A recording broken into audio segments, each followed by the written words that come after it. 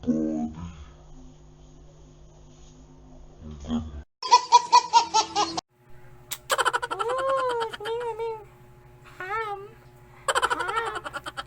Ham. Say hi.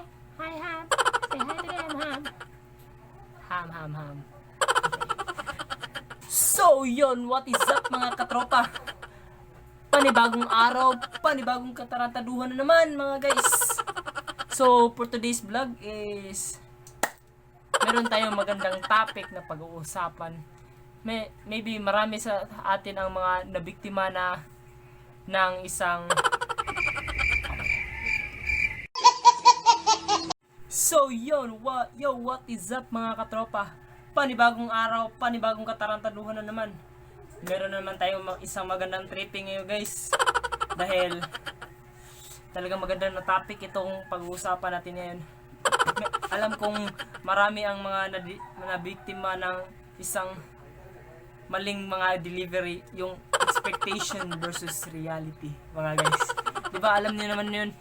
Kasi sa panahon ngayon talagang uso na ang online shopping na lang. So hindi ka na kailangan pumunta pa sa isang mall or sa mga tiyangge or mga bilihan ng mga gamit para at saka magpakapagod sa pagpunta doon.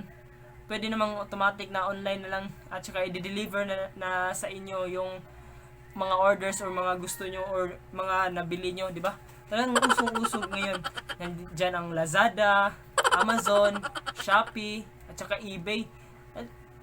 So, ang Amazon at saka eBay is sa US lang yun. Pero, minsan, meron ding na magpapa-deliver pero mas mahal pa talaga yun. Pero, yung usong-uso talaga sa atin mga Pinoy is yung Lazada at Shopee, di ba guys? So, ating topic ngayon is yung top 10 na mga fails na shopping, yung expectation versus reality guys, mga yes niya guys. If you're new to my channel, welcome sa tropa mo, tropa ko, tropa tayong lahat, and you're watching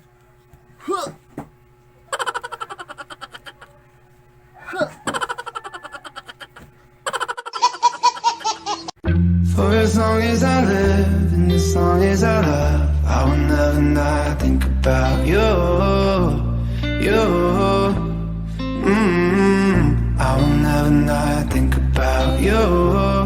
So, first item mga guys, first item na talagang top na maganda or trending sa ating ngayon na isang fail na fail talaga. So, ito ang isang item mula sa Amazon.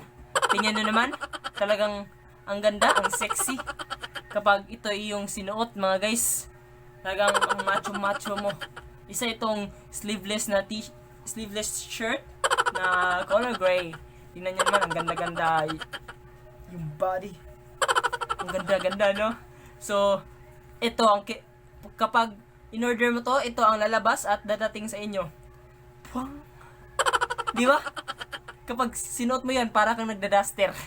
Para kang nanay ko na, or lola ko na, kung magsisilig, ay kung pupunta sa labas is, para kang nagda-duster or may dress. So, hindi lang sleeveless ito, pero pwede ring maging gown. Kung pupunta ka sa party, yan na lang suotin mo para, tingnan nyo naman, ang sexy mo. Ikaw talaga ang top na titingnan or man of the night sa isang party kapag sinuot mo itong item na ito.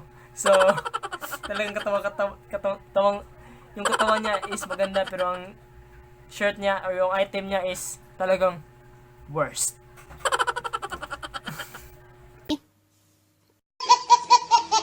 So, next item number 2. Pero itong time na to, hindi lang ang nagbebenta ang bobo, pero yun ang bumibili din. So tingnan nyo naman, ito ang item na binili niya. Tingnan nyo naman ang message niya. Ano bang klaseng Mr. Box ito? Sabi niya dito is, ano bang klaseng Mr. Box box niyo. Ano bang klaseng mystery box niyo? Karton lang naka dimaya. Oh. Talagang mistake minsan sa mga online selling, talagang hindi nila dinidescribe yung mga binibenta nila. So tingnan niyo naman, isa din biktima ang customer na hindi nagbabasa, pero sala din niyan dahil hindi niya binabasa. Minsan nabiktima din ako ng ganyan. So nagpaplano akong bumili ng drone noon. So sa pag swipe ko ng mga kuan, merong isang drone na affordable lang. Pero in order ko, tsaka binili, na-deliver na the following day.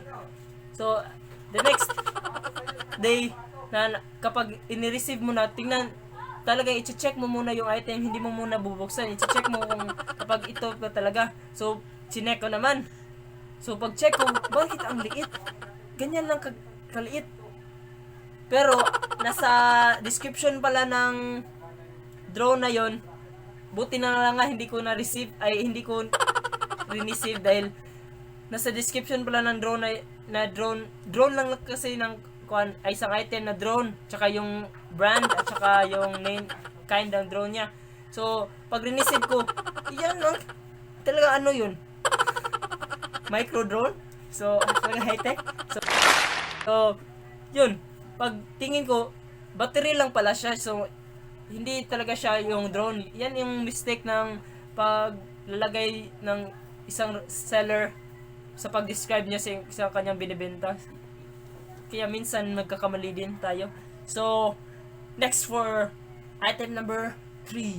Okay, tingnan nyo na yung description niya. Expectation versus reality. Tingnan nyo, ha.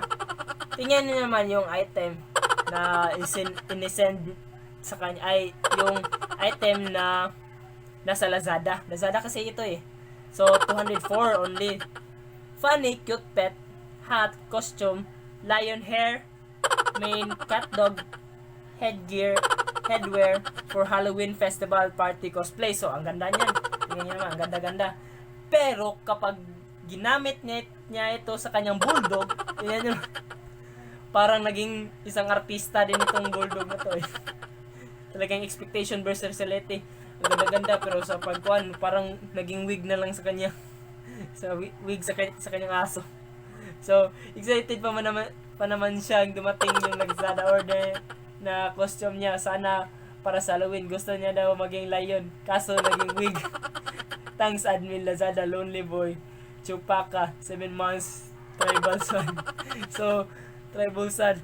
So talagang funny ng mukha niya. Naging wig, hindi talaga na umabot dito. So let's move on sa item number 4. Wee! Ito talaga ang expectation versus reality. Itong item number 4, isang dress na color yellow green. Talagang kapag yung sexy na babae na sumuot nito, talagang magaganahan yung bibili. Tingnan nyo naman, talagang ang fit.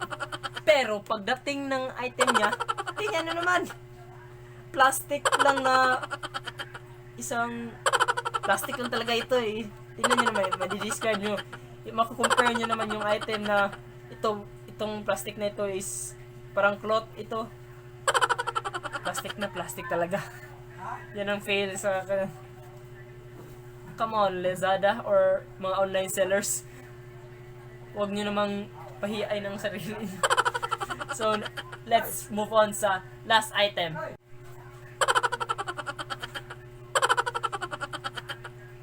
Ooh, ang sexy, no?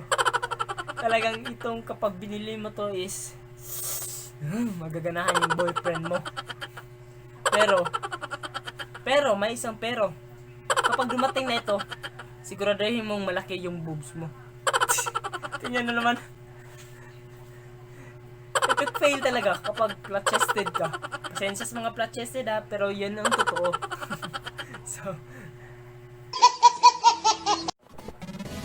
So yun mga guys, yung 5 items na funny.